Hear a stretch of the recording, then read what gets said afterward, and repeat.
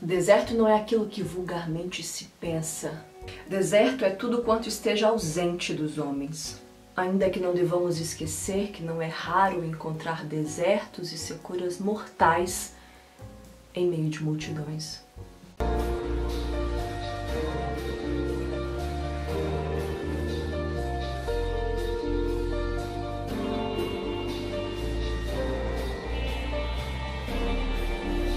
Que trecho, senhores, que trecho de abertura, não é? Esse José de Souza...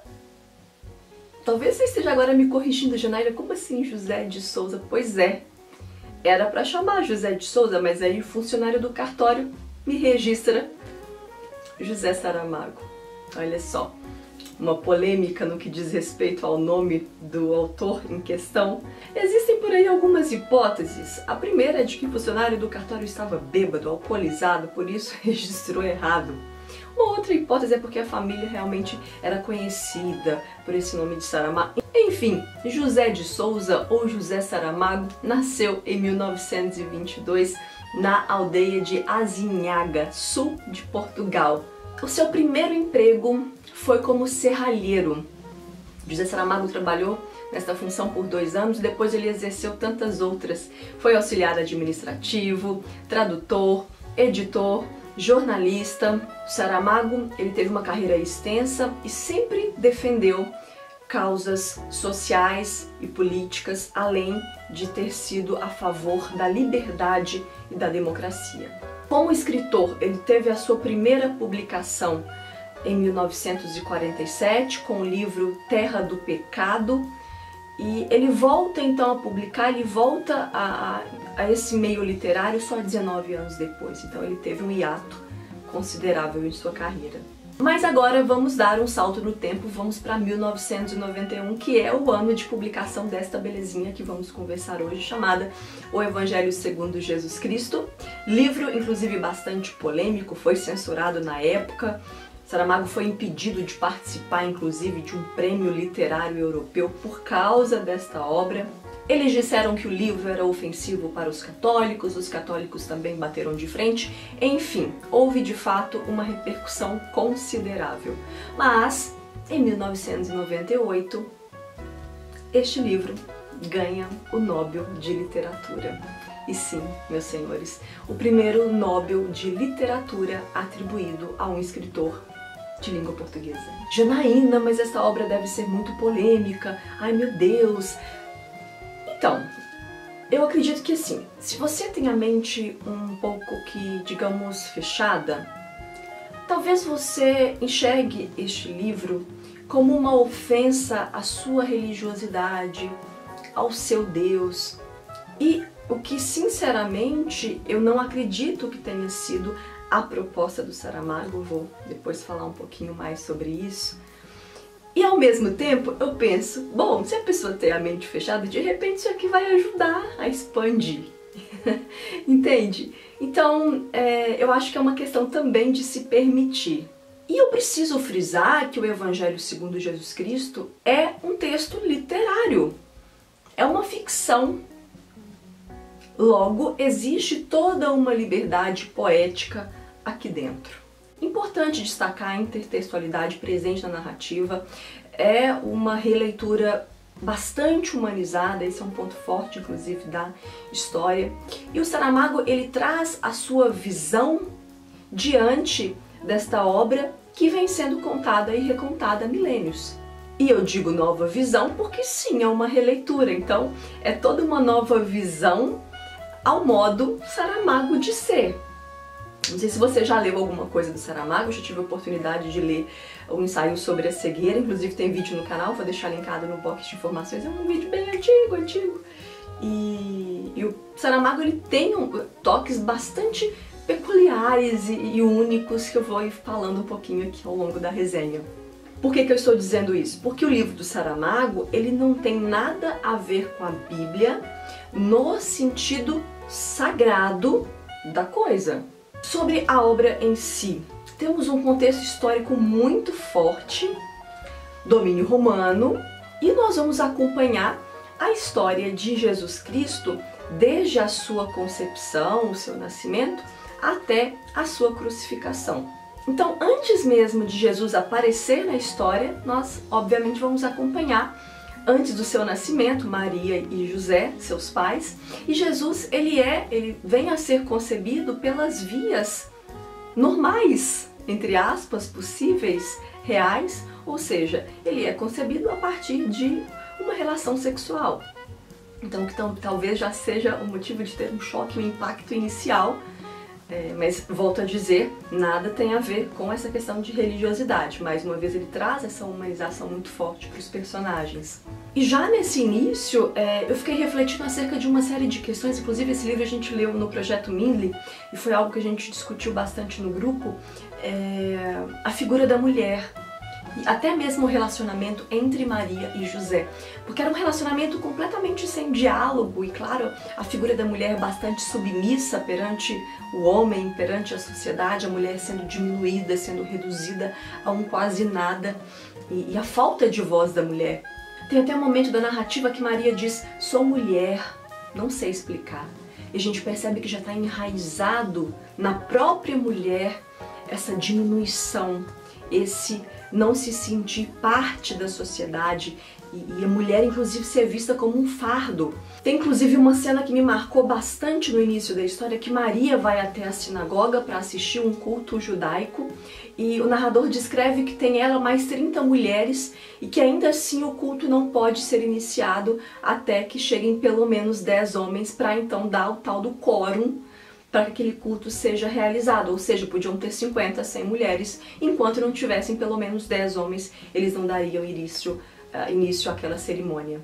Importante falar que um elemento motivador e impulsionador que gira em torno dessa narrativa é focado em uma atitude do José. E aí a gente vai ter toda uma culpa atormentando esse personagem, que eu não vou falar o que é. Eu acho que, enfim, tudo que eu falar pode soar como spoiler, porque à medida que você vai lendo e que você vai mergulhando na história, você vai se permitindo ser surpreendido com essa releitura, sabe? E essa passagem de José, essa culpa que ele carrega, e uma culpa que acaba sendo transmitida, digamos assim, para uma outra geração, é muito interessante e é muito importante para toda essa construção. Falando um pouquinho agora de Jesus, ele é um personagem extremamente humano, sabe? Assim, com qualidades, com defeitos, um personagem crítico, ao mesmo tempo bondoso. Ele é um personagem que ele acaba causando bastante empatia.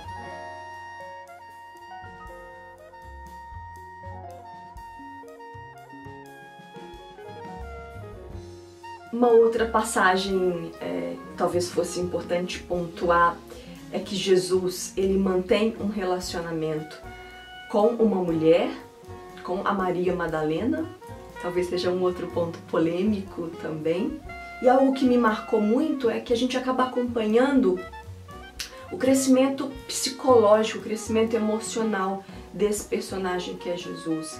Ele sempre indo em busca de respostas para suas perguntas, ele sempre muito crítico, sempre muito questionador, e é muito bacana porque ele vai te puxando para aquela atmosfera de dúvidas, de que realmente tem sede por informação para quem quer descobrir o porquê das coisas e quer ser um pouco mais justo, digamos assim.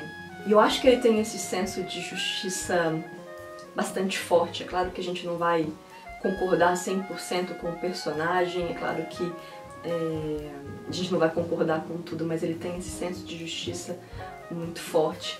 E aí a gente consegue fazer um paralelo com Jesus, com o seu pai José,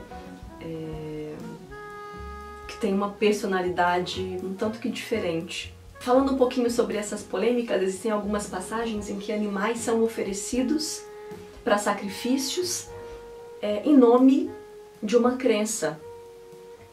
E aí eu fico pensando nessa questão da humanidade, do que é ser humano.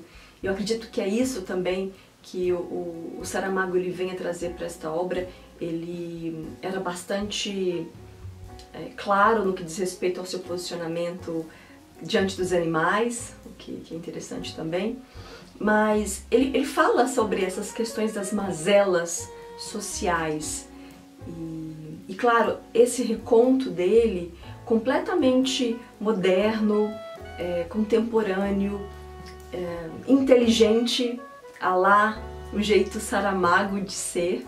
Enfim, isso e muito mais sendo narrado por um narrador sarcástico, irônico, extremamente coerente nos seus posicionamentos, o que é muito legal. Algo que me cativou também na história, porque a gente tem um narrador provocador, é isso. Esse narrador, ele te provoca, então ele te questiona, e nesses momentos que o narrador propõe um diálogo com o leitor, nós, enquanto leitores, nos sentimos coautores da história. Existem momentos em que ele antecipa, ele sabe, ele fala, olha, agora, depois disso vai acontecer isso, isso e isso, sabe, assim, então assim, ele desafia o leitor. Em outros momentos ele diz, olha, talvez você esteja se questionando isso e isso, mas também esse personagem, né, então assim, é um narrador um tanto que perspicaz, muito, muito, muito bem feito. Outro ponto, os diálogos dos personagens, aí não um diálogo narrador-leitor, mas os diálogos entre os personagens aqui dentro, eu acho que eles agregam muito para a história, sabe? O meu livro tá todo rabiscado, todo rabiscado. Apesar de ter todo esse toque irônico e sarcástico, tem passagens muito, muito, muito reflexivas. Inclusive essa que eu declamei no início do vídeo é uma passagem muito forte. E tem muitas passagens reflexivas e que você lê, você marca e você fala, meu Deus, não é que isso e tal. Então assim, às vezes um capítulo você marca tanta coisa e você... Isso você linka para aquilo, vai linkando, quando você vê, você fala, meu Deus, que texto é esse? Que texto é esse? Porque é muito maravilhoso. Acho que eu ainda não disse, importante ressaltar que o Saramago foi um ateu convicto, criado nos preceitos do cristianismo. Então sim, ele foi católico e a gente percebe, inclusive, ao longo da leitura, que ele muito sabia a respeito desse universo, a respeito dessas histórias. Então é muito importante porque ele fala de algo, isso que ele se propõe a criticar, que ele propõe a reconstruir, essa história que ele quer reconstruir, ele faz, mas com um conhecimento prévio, ele sabe do que ele está falando. E ele cria então a sua própria leitura diante dessa história. E esse recriar é um recriar muito fiel a quem o Saramago era e ao que ele acreditava. Vou então falar sobre o texto. O texto é lusófono, ou seja, eu me senti honrada por ter a oportunidade de ler o Evangelho segundo Jesus Cristo no original, no português de Portugal. Nossa, que ficou péssimo agora essa minha tentativa de usar um sotaque, desculpa. Por que eu tô falando isso? Porque essa peculiaridade, ela fez com que eu me sentisse ainda mais perto da história, o que é muito legal. Vamos falar sobre a estrutura polêmica. Já lá na primeira vez que eu li o ensaio sobre a cegueira, eu já fiquei no começo assim, nossa, que diferente, tinha um pouco de medo, todo mundo fala do Saramago. Então assim, aqui você não vai encontrar travessão marcando fala de personagem, você não vai encontrar ponto de interrogação para marcar as perguntas. E aí você me diga, Janaína, mas como que é possível entender? Gente, flui. Flui. Porque esse texto aqui é um texto completamente experimental.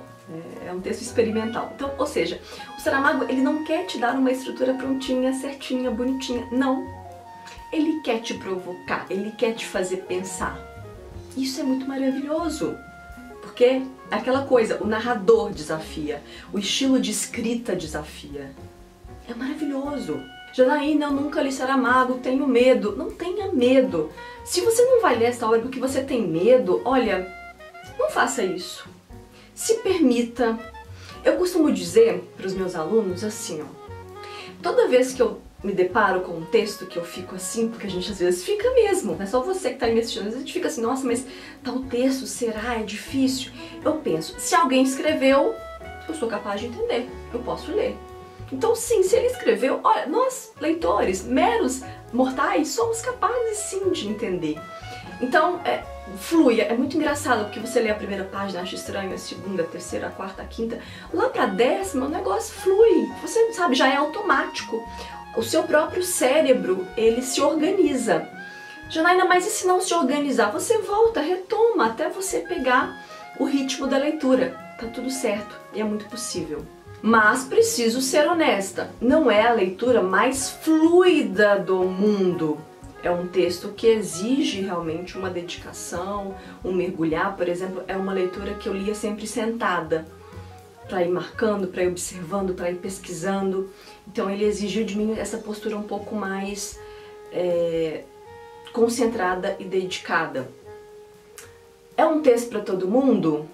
Como dizia minha mãe, todo mundo é muita gente.